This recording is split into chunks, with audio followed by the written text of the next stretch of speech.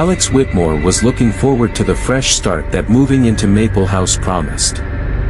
The sprawling mansion stood on a quiet hilltop at the edge of town, its tall windows gazing down at the dark woods below. He had always dreamed of a grand home like this, and now, after a challenging year, he could finally afford it. Sarah, his wife, was less convinced. She was pragmatic, the kind of person who saw problems before solutions. The house, with its weathered facade and age-old charm, seemed to unsettle her. Their daughter, Lily, was the only one excited about the move. At 12 years old, she loved the idea of exploring the vast house and all its mysterious nooks and crannies. The large attic, the endless hallways, the dusty, cobwebbed corners, it was all an adventure to her. But the house had secrets, and those secrets would soon reveal themselves. The first night in Maple House felt odd. The silence was deafening. The house creaked and groaned with the sounds of its age, and though the family tried to settle in, the air felt heavy. It wasn't just the weight of history, it was something else. An unseen presence seemed to linger in the corners of rooms, in the drafts that whispered through the hallways. "Mom, I don't like it here," Lily confessed, looking out of the window into the dark woods. "Something feels wrong." Sarah smiled reassuringly, though she, too, felt the unease. "It's just an old house, sweetheart. We'll get used to it." But neither of them would ever truly get used to it. Over the following weeks, things began to change. At first, it was small things, objects out of place, doors slightly ajar that had been closed before. Then came the dreams. Lily, already a vivid dreamer, began having dreams about the house. She dreamt of walking through corridors that seemed to stretch on forever, and of rooms that appeared only in her sleep. But the most chilling part was the girl. In every dream, there was a girl who looked just like Lily, except her eyes were hollow and her face pale and drawn. The girl would stand at the end of a long hallway, motioning for Lily to come closer. Her voice, a soft whisper, would call her name. "Lily, come to me." At first, Lily told herself it was just a nightmare. But the dreams began to blur with reality. One morning, she woke up to find herself standing in front of the house's large mirror, staring at her reflection, her face expressionless. Her parents had found her standing there at dawn, her hands pressed against the glass, as if waiting for something. "She told me to wait here," Lily said softly, but when Alex and Sarah asked who she was talking about, she simply shook her head, confused. "I don't remember." This was only the beginning. As the days went on, Sarah began to do some research on the house. She found little information, no records of previous owners, no mention in town history books, and no clues about its origins. But there were rumors. Old legends passed down by the townspeople. They spoke of a curse, of strange disappearances and deaths linked to the house, but most dismissed them as superstition. Alex, however, wasn't interested in local legends. Unease that clung to the house like an oppressive fog. He often found himself awake late into the night, pacing through the empty corridors, the feeling of eyes upon him more real than he cared to admit. One evening, after Sarah had gone to bed and Lily was asleep, Alex ventured down to the basement. He had discovered a small, dusty door that he hadn't noticed before. It seemed to lead to another part of the house, one that was not part of the floor plan. The air was thick with the smell of mildew as he opened it, revealing a narrow staircase that spiraled down into darkness. His pulse quickened as he descended, the faint sound of his footsteps echoing against the stone walls. At the bottom, he found a small room, a chamber that seemed untouched by time. An altar stood in the center, surrounded by strange symbols etched into the stone floor. The candles on the altar were burned down to stubs, but fresh wax dripped from them, indicating they had been lit recently.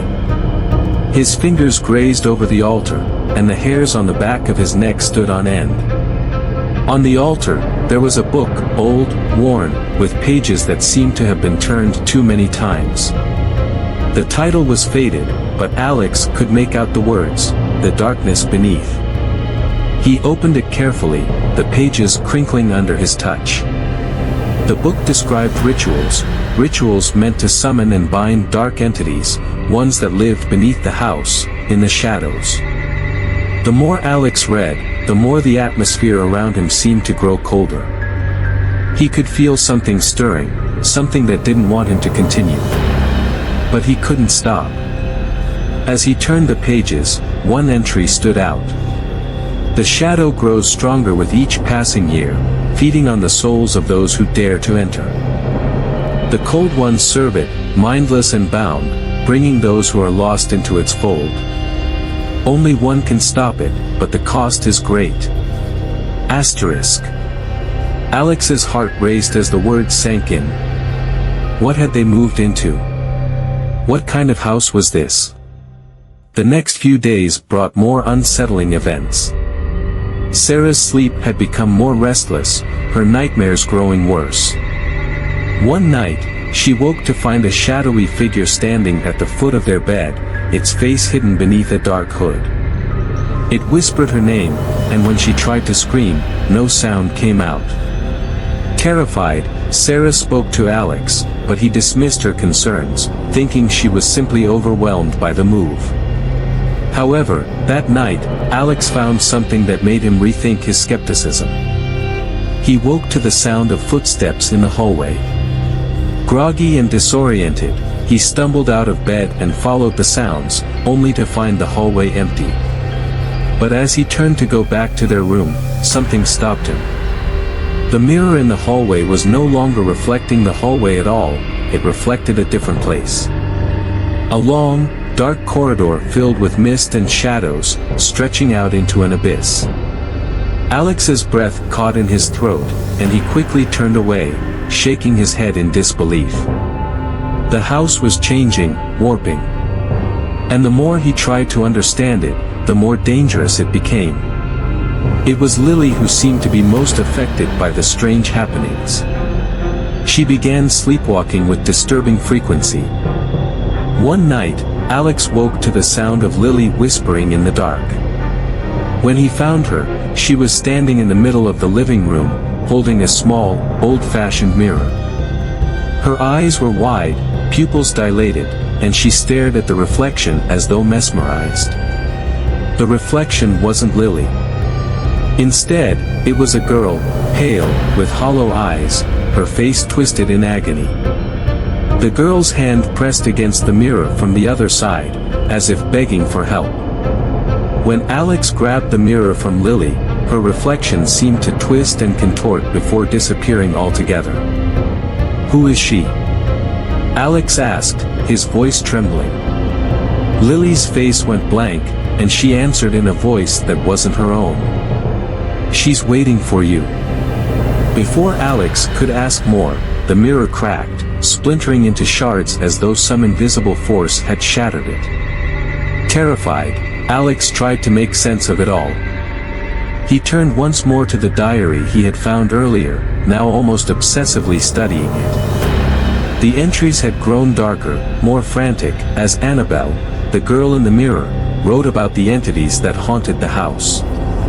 She spoke of the shadow, a malevolent force that had made Maple House its home, feeding on the souls of those who stayed too long. Annabelle had tried to escape, but in doing so, she had sealed her fate. The shadow had taken her, and now it was waiting for another. The house grew colder with each passing day. The air was thick with malevolent energy, and every corner felt like it was watching them. One night, the family gathered in the living room, unable to sleep. Lily, her face pale, clutched her doll tightly in her arms. "I'm scared," she whispered. "I don't want to be here anymore." Alex could see the terror in his daughter's eyes, and for the first time, he realized the severity of what they were dealing with. He could no longer deny it, the house was alive, a vessel for something far older and far darker than they had imagined. That night, as Sarah and Lily slept, Alex ventured into the attic, the place where he had last felt a strange presence. There, amidst the dust and cobwebs, he discovered an old chest, hidden beneath a pile of forgotten belongings. Inside, he found a collection of journals, written by the Whitmore family, the original owners of the house. The journals revealed a dark secret: Alex's ancestors had been involved in the occult, practicing dark rituals to gain immortality. The Whitmores had made a pact with the shadow, believing they could control it, but instead, they had become its prisoners. The house was their tomb, and anyone who entered would be doomed to the same fate. The realization hit Alex like a thunderclap. He had to break the curse, or else his family would never leave Maple House alive. The family gathered in the heart of the house, the air thick with dread. Alex, Sarah, and Lily stood in the basement, surrounded by symbols of the ancient rituals. They could hear the whispers, the faint voices of the cold ones, beckoning them into the darkness. The walls seemed to pulse, and the temperature dropped sharply, the cold gnawing at their bones. Annabelle's ghost appeared before them, her face twisted in agony. "You must choose," she whispered. "One of you must stay. One must be sacrificed to free the others." Alex looked at Sarah and Lily. He knew what he had to do. In a final act of desperation, Alex made a choice. He would sacrifice himself to break the curse, to free his family from the shadow's grasp. As the ritual began, the house seemed to tremble, the walls shaking with an ancient power. The shadow loomed, its dark form stretching and writhing as it approached Alex. But before it could claim him, a blinding light erupted, and the house fell silent. In the days that followed, Sarah and Lily left Maple House behind. The house, though still standing, was now quiet, its oppressive atmosphere gone. But the memories of what had happened would never leave them. Alex was gone, his sacrifice the only thing that had broken the curse. But the house remained, a haunting reminder of the darkness that had once consumed it. And though the family had escaped, there were whispers in the town, of people who still heard Alex's name being called in the wind, carried on the whispers of the cold ones, who still waited for the next soul to join them.